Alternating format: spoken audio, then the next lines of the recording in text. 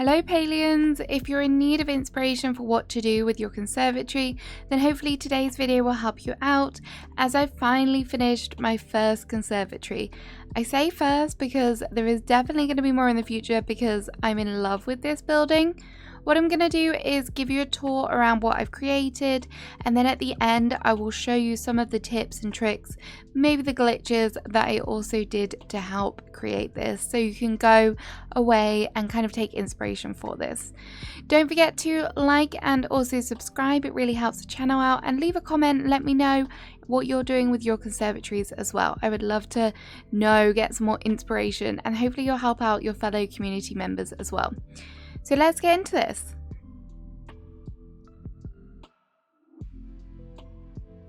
So here is the outside. I haven't actually decorated the outside because I don't know what I'm going to do with this plot yet.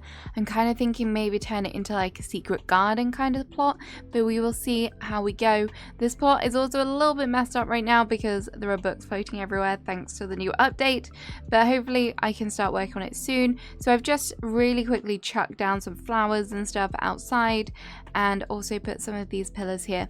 My whole inspiration before we walk into the conservatory was kind of like a butterfly room, lots of flowers, and that's kind of where I'm going with this. So hopefully you can see that in this kind of build. There is a little bit of a study area as well, which I'll show you. So here is the entrance. As you can see, this is kind of what you see when you first walk in. So I'm going to start from the top. So the top, we have obviously some lights. I really like the way the building is with those kind of square things so you can hang down different lights. So I wanted to mix and match those a little bit. All of those lights are from the Ziki coins. I seem to have a lot of them for some unknown reason, but they look nice. And then obviously you can see around the edge we've gone in with a little bit of a flower ceiling.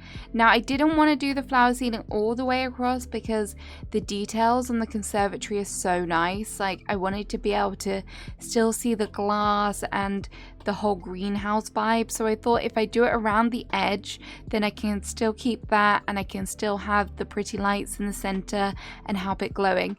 I will show you how to do that later, but Brooks Bits on YouTube also has a fantastic tutorial on it as well, but I'll just show you a quick snippet later. But definitely go and check out Brooks' video. I'll try and link it in the description below.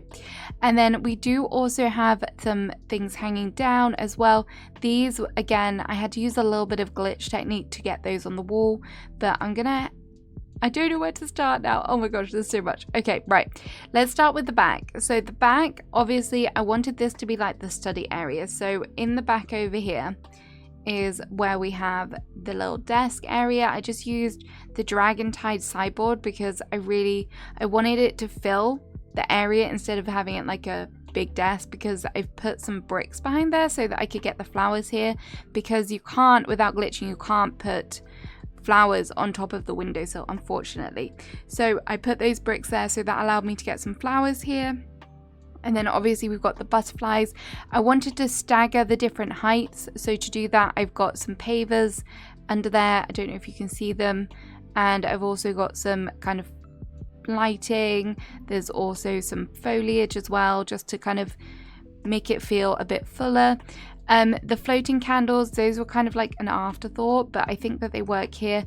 If you don't have the floating candles, they were from autumn, so you'll have to, unfortunately, maybe wait till then, and fingers crossed they'll come back in the shop. And then for the study area itself, I was thinking I've mixed in some Paltech stuff. I've got the grimoire, I've got some little bottles here as well. And in the corners, I tried to get some foliage in here as well. It's not totally full, but there is gaps if you look back there. Don't look back there. So we'll just take it from a front view. You don't need to know that there's gaps back there. I'm just revealing all my secrets apparently. And then either side of this, I wanted to have some water flowing. So I decided to use the bellflower fountains, but I was like, just one fountain wasn't enough, because behind the fountains you can probably see it sticking through at the top there. That is the pillar which is supporting the ceiling.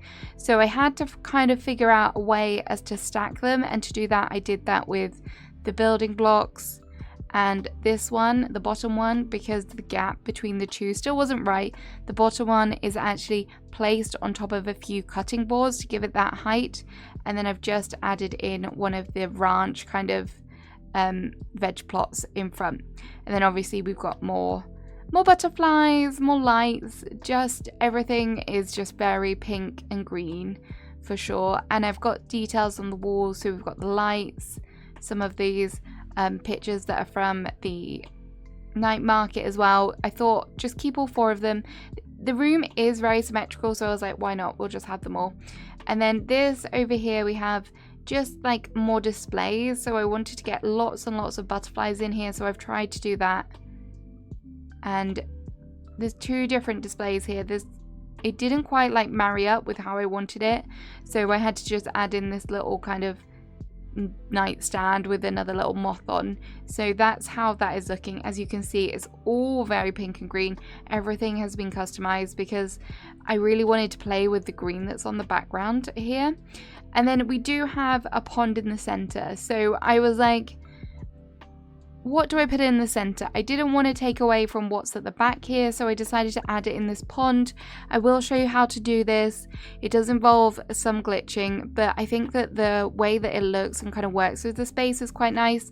I would have loved it to be a round pond, but I think because everything kind of is square, but then there's also a little bit of a curvature with like the fountains and stuff, having that contrast kind of works.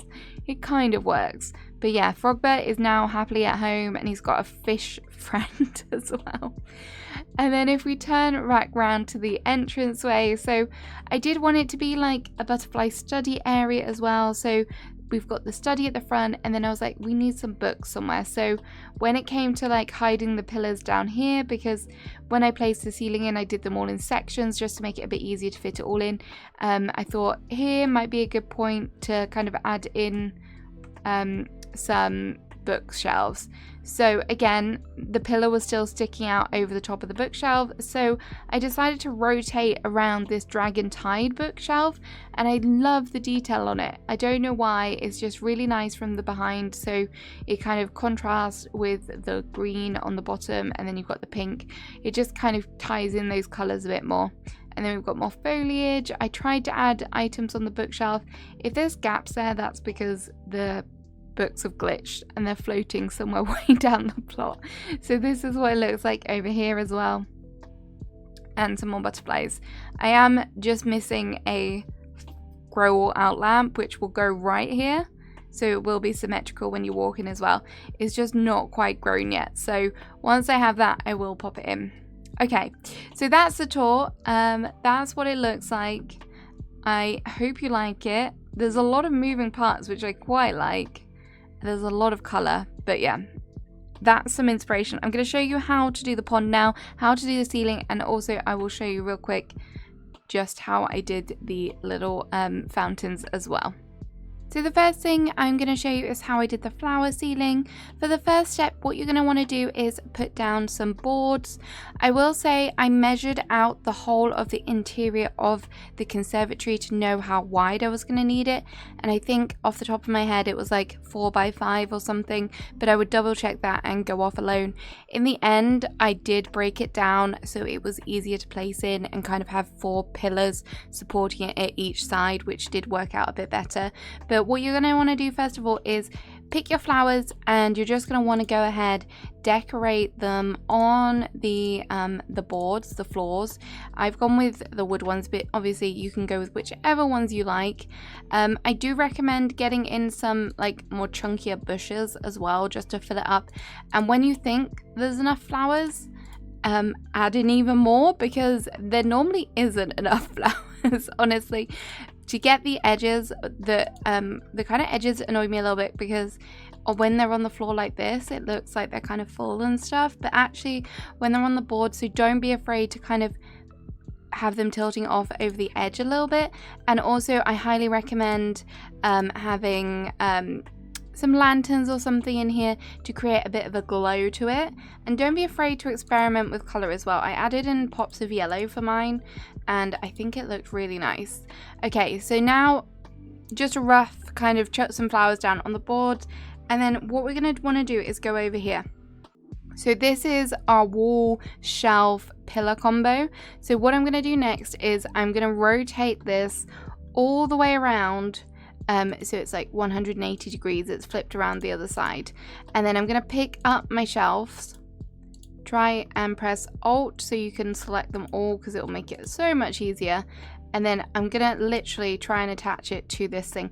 You have to be in the grid mode for this to work. But you want to kind of attach it onto that pillar there. So you will know, like there, that is anchored to the pillar.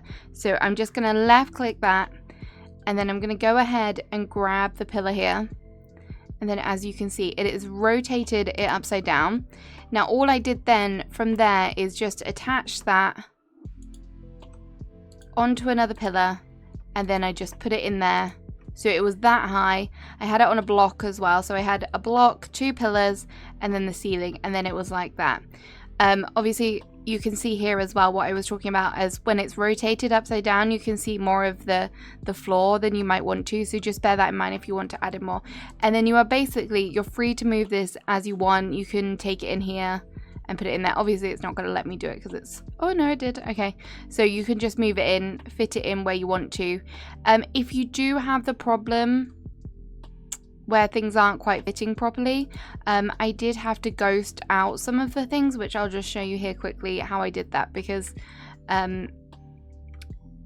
basically it doesn't, I had to overlap them a little bit. I don't know if it was because I just misjudged it, but so what you do to do that, if you need to overlap them a little bit, is you grab hold of your pillar and then you'll go to a number on your keypad, your hotbar. So for example, if I press 1 now, so that is ghosted, and then because that item is now ghosted, it will allow me to put another item in along here. So for example, if I needed to put this bottom section in, I would be able to do that now because it was overlapping. But if I just reload the plot, so as you can see, it's there. But if I could just hop to a different plot real quick and then go back to the original plot, it will be back where I had it. As you can see, so it's just moved back into its original placement, which is good. So the next thing I'm going to show you is how to do the pond, and for this what you're going to need is the capital chic dining table customized to the Shoreway. You're also going to need your walls and the shelf, and basically I've come into the conservatory because I'm going to sink down that table, so I want to know how high it actually needs to be. So the first step for this is I'm going to put a paver onto the shelf. So we're going to put that up here. You can use any paver you like. If we get it right at the right height, you shouldn't be able to see this because the table will float a little bit. So I'm going to pop that on there. And then the next thing I'm going to do is I'm going to get a gourmet soup bowl and I'm going to place it on the table because this is what will allow us to put the soup bowl onto the paver. And then I'm going to drop down the paver, but I'm not going to left click. I'm going to press a number on my hotbar and cancel that out. So once our paver's down, that is essentially ghosted. So I'm going to alt select on the gourmet soup bowl, and this will allow us to place it onto that paver. So as you can see, it's showing green there, and then I'm just going to left click. And then what you want to do is grab the original concrete paver, and we're just going to chuck it down on the ground. So that's too far. If this happens to you, that means that the gap between the paver and the floor is too much. So what we want to do then is just lower down the distance that the paver is dropping. So we'll just move this out of the way and we will repeat it. So we've got our paver here. Just going to repeat it, going to move it down onto the floor and hit a number on our hotbar where there is a furniture item, and then alt select on the gourmet soup bowl, place it on top of the paver, and then move the paver, and there you go. So as you can see, it does have that bit of a ledge around it. So the way that I kind of concealed this was using the veggie boxes. So I used the veggie boxes to create kind of like a rim around the outside, and then just kind of put it like that. So as you can see, it creates like a little box shape, and then you can just move your soup bowl off of it.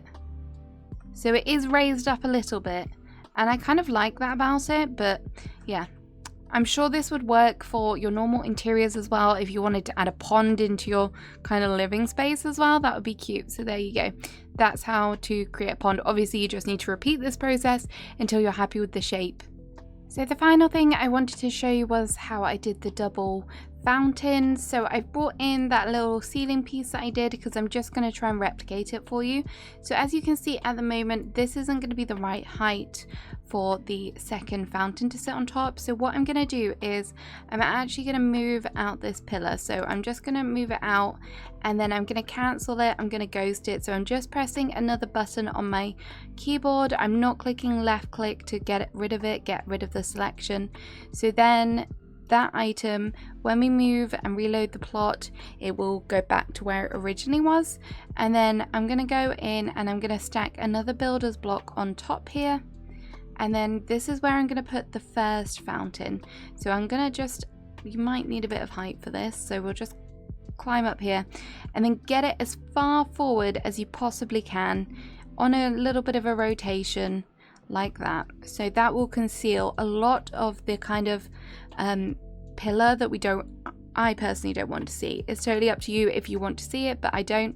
And then as you can see, if I wanted to put the other fountain, the lower fountain, on the ground here, it would still reveal these building blocks. That's fine. If you want it like that, then you can definitely do that. And then I've actually used a red present to kind of elevate it a little bit. Obviously these were only available at Christmas, so I'm sorry if you don't have access to these. There might be an alternative, but this is the way that I have kind of done it. So because the red present allows you to put anything on top of it. So there we go, that's a good idea of size. And then I'm just going to try and line it up as best I can. I don't want to intersect it. So there we go, that kind of conceals everything a bit more. So I'm just going to go in with the veggie box at the bottom here just to hide that gap. And then when you reload the plot, you hop over to another plot and then come back. The flower ceiling will go back to where it was originally, and this is what it will look like. As you can see a tiny bit of the pillar, but not too much, and that's a lot better for me. The flowers kind of conceal it a little bit. So that is how you do a double stacked fountain. So there we have it. There is my conservatory and some little hacks, tricks for you to try out for yourself. As I said at the beginning, let me know what you're doing with your conservatories. I cannot wait to see them. Have a great rest of your day. Goodbye.